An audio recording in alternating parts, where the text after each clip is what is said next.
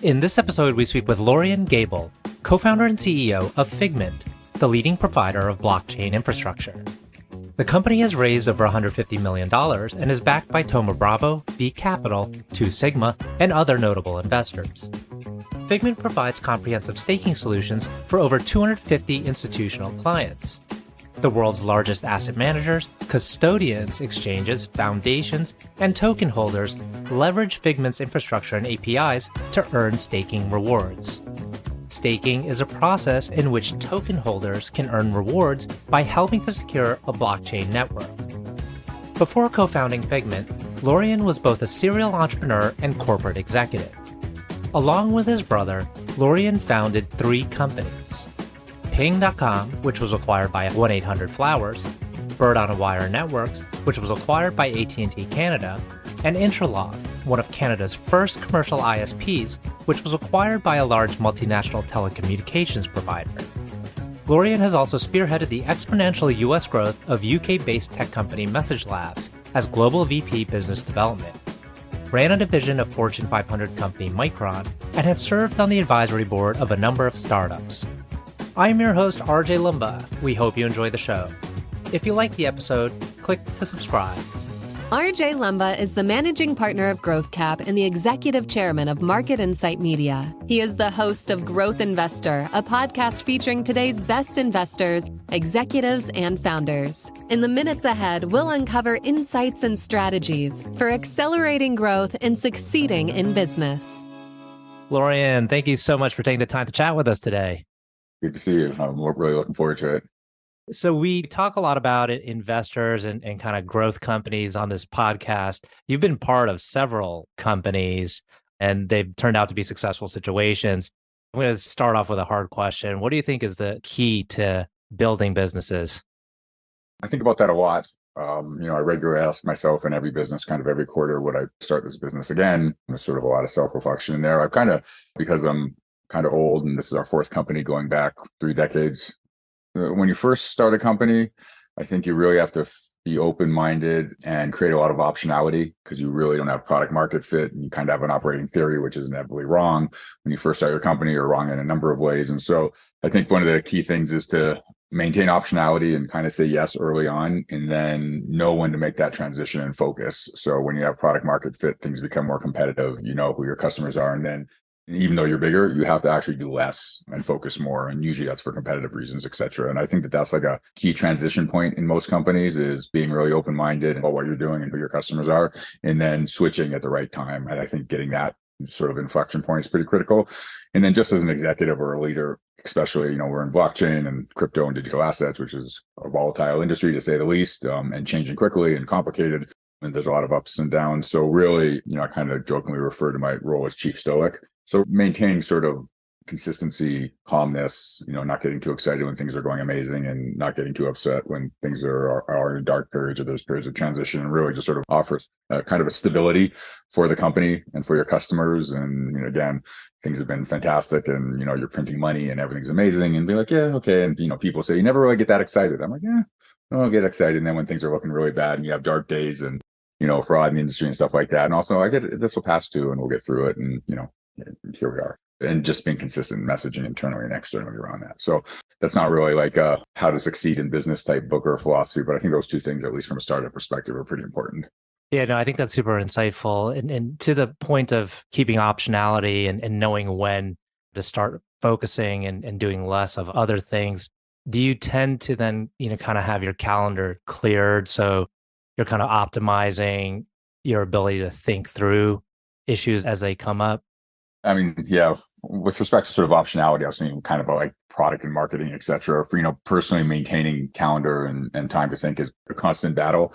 I tend to see the role as 50% internal and 50% external, and the external has a lot of travel and speaking, et cetera. I'm doing podcasts like this, which I love, and education, stuff like that. So it is tricky to find time to think. We've always been a remote first company, even pre-COVID. And so what we try to do is strongly suggest, and certainly the management team gets together in person on a regular basis at basically offsites. And there's a social aspect, and you got to like the people you're working with, and you can communicate much better in person. And so just to learn those interactions, but also then to have pretty regular strategic discussions, which are very difficult to do by conference call and by Zoom and by Slack. It's just like difficult to like sit down and create that space. So we try to do that in person at least quarterly with the various teams and around the management team. So that's kind of how you carve out space, because day to day it's like very difficult to do that type of deep thinking. So Mhm. So let's hop into Figment and tell us about kind of the solution you provide. There's been a lot of volatility or perceived volatility in the area you play in. So interested to hear, maybe we'll tell the audience exactly what Figment does yeah, and then also the macro picture. yeah, I'll start at a really high level. So you have blockchains, Bitcoin, Ethereum, which I'm sure your audience is pretty familiar with. And there's been a fairly major sea change over the last 5 years in the underlying operating system for most blockchains. Operating system, I will get yelled at. It's an improper term. It's basically how these blockchains are organized and how they create the incentives to, in a decentralized way, to like maintain the protocol and process transactions and create blocks and security. And so I'm referring it to here as an operating system. It's called a consensus mechanism, just because everything's a little bit complicated in blockchain. But really, there's two ways of running blockchains. And one is for Bitcoin, it's called proof of work. You hear about these miners that consume a lot of electricity and a lot of compute power, and they compete to produce the next block, et cetera. Works great for Bitcoin. Nothing I'm about to say should be taken as like anti-Bitcoin. I own Bitcoin. I love Bitcoin. Don't throw virtual projectiles at me. But over the last 5 years, most blockchains, including most importantly, Ethereum, have switched to something called proof of stake. And really, there's a whole bunch of technical differences in enabling, less power consumption and better scaling capability, et cetera. But really the most important difference between those two systems is that, like in Bitcoin, you hold your Bitcoin, and then there's a bunch of miners who maintain the network. And those audiences are very separate. And there's also like a developer community, but those two audiences are very separate. Like if you hold a Bitcoin, you don't really participate in the network. With proof of stake, if you have 32 ETH, for example, you can basically run the Ethereum network. You can create a node. If you're an institution or a large holder, hopefully you use someone like Figment. If you're technically competent, you can spin up your own node with 32 ETH. And therefore, you basically are a very small part of this larger decentralized network, and you process transactions and provide security, et cetera. And in return for that, you share in some of the value created. You get more Ethereum, basically. So that's sort of been a big transition. And we had a theory, to be honest, early on, that proof of stake was going to matter. When we launched, there was only one blockchain that used that methodology.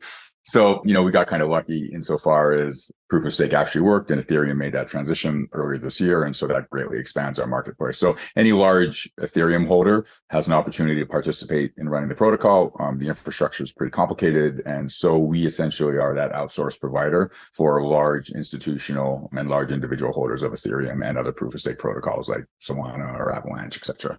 And so how has, some of the news that's come out about certain exchanges, FTX and, some uncertainties, how has that impacted what you do? Yeah. So, we really operate at the core infrastructure level. We're non-custodial, which means it sounds like you give us your ETH to run the infrastructure, but you don't. So you control those private keys. If you use a custodian, then you would stake to us through that custodian, many of who are our partners. And so you never give us control of the actual tokens. You're basically like allowing us to run the computer infrastructure that you need to participate in consensus. And so it's also called delegating and nominating, other words like that. So you don't actually give us your tokens. So we're non-custodial. If we disappear, there's no counterparty risk. You would just restake or unstake. So 2022 and the first part of Q1 2023 was I would say relatively difficult on both sort of a macro industry perspective, but really in the last quarter, I think you've seen, again, we don't care too much about price, but you've seen price stabilization, and Bitcoin and Ethereum have been actually well performing financial assets, and maybe some of the best actually in the first half of the year. Now we're getting some regulatory clarity, even if it's by enforcement. And in Europe and Asia, there's actually some like specific legislation that's helpful. So I see things that have been, after a pretty dark 2022, things have really, especially at the end of the last quarter, have turned around significantly. And we've seen our business kind of skyrocket, in particular around Ethereum staking. So I think right now we're the largest independent provider, and that growth continues. And so, thank God for Ethereum. And I think we're really sort of seeing that the effect of that transition to proof of stake on the business. You've raised a sizable amount of money, particularly in 2021. I think you had a couple rounds. What prompted kind of that decision to raise, big rounds, and how did you select your investors? Great question. So this is our fourth. The founders we go back again more than 3 decades, and this is our fourth internet infrastructure startup together, and the first time we have ever top ticked the venture market. I think that probably 2021 was at least once in my lifetime, mostly probably by low interest and macro environment, and sort of the culmination of software being seen as kind of some dominant business models. And so the markets were very good for raising money. We actually were less aggressive than many of our competitors and many people in the industry who had like crazy $7 or $8 billion type valuations for early stage companies. And I think that's predominantly because we selected investors who were great at building software companies at pretty significantly discounts to what we could have raised if we were looking to maximize valuation. So we have some great investors, including Thoma Bravo and Senator and Bonfire through the various stages of the company. Those VCs we chose really, valuation mattered, but it was probably 4 or 5 on the list. And each one of them at the various stages of the company has been really important in supporting our growth. I think the best board I've ever had in 3 decades. We talk almost every day, I would say, if not like verbally, but on a chat group, people sound, oh my God, you talk to your board every day. That sounds horrible. But really, we have a great working environment. They ask the right and tough questions, and they're very supportive, even through the industry volatility. So I'm like very fortunate. And, I think it would be horrible to be running a company where, you don't get along with your board or they're not helpful. And so the investors we selected, I think we've been, lucky we made good choices there. And if we didn't maximize valuation, that'll take care of itself down the road. So yeah, my recommendation to entrepreneurs is to really put the valuation part of a term sheet when you're raising money, kind of 4 or 5 on the list. You don't want to be taken advantage of, but really, if you're successful, then it's really not going to matter at the end of the day, those valuation differences. Well, it's currently the most challenging part to scaling your business. Great question. So I think really sort of going back to the start around the focus parts of the business. So again, we were very much for the first 3 years of the company, basically said yes to everything. When you can't really do that when you scale the business, you need to focus on a few customer verticals. So in our case, it's like asset managers, exchanges, custodians, wallets. So you need to really narrow down who you're focused on. We know we don't support consumers directly. We do that through our partners. And then from a product perspective, you kind of always want to build everything and every cool new feature. You really just need to focus on that, and learning to say no is really important. And then also scaling teams is very difficult at different points in time. So when you add a bunch of new people, integrating them into the company, you add more people and slow down, which is really odd. You should add more people and go faster. And so there's, basically alignment and communication, friction and barriers kind of once you get past 100 people.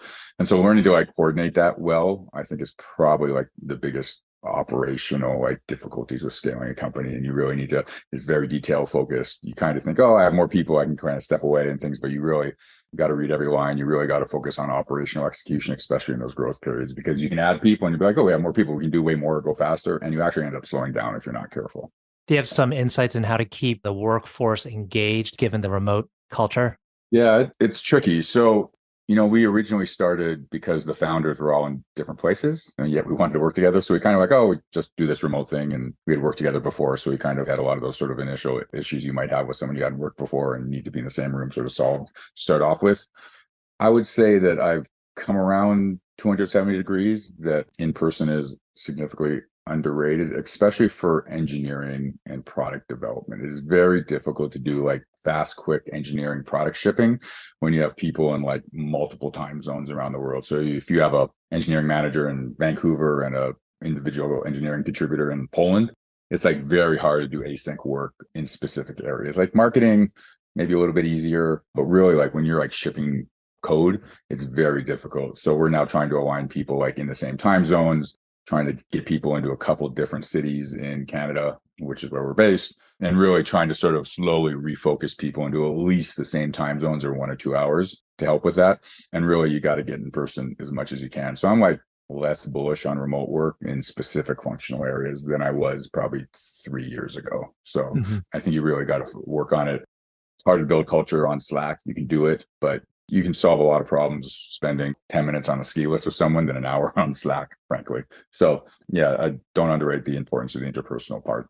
So yeah, one thing I was really curious about, and we talked about where you are, Jackson Hole or Jackson, and you're also involved in other entrepreneurial endeavors. I think you have a gear shop. What are a personal thing here? I'm also into outdoor gear. What are your favorite products?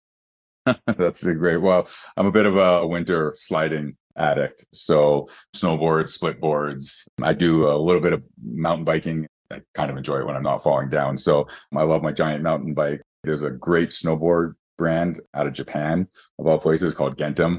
And they're kind of like, I don't know if you saw in like Kill Bill with the sword maker who, spent, built these like amazing like custom swords that she used in Kill Bill. But it kind of reminds me of that. There's like a factory in northern Japan where they really hand make these snowboards, and they're actually pieces of art. They're beautiful. The top sheets are beautiful. And so you could put them on their wall in addition to like snowboard or split board on them. So I'm kind of like have way too many snowboards than any one person could ever need. So yeah, I kind of have a little bit of an addiction there, but I guess as addictions go, it could be worse, and kind of dovetails a little bit. And I think that getting outdoors is also like really underrated, both, has time to think and for human spirit and like we're not outdoors enough, and just getting outside and hiking or in the winter, whatever you can do in the winter is just like really, really important on like mental health, physical health, etc. So I think it's underrated.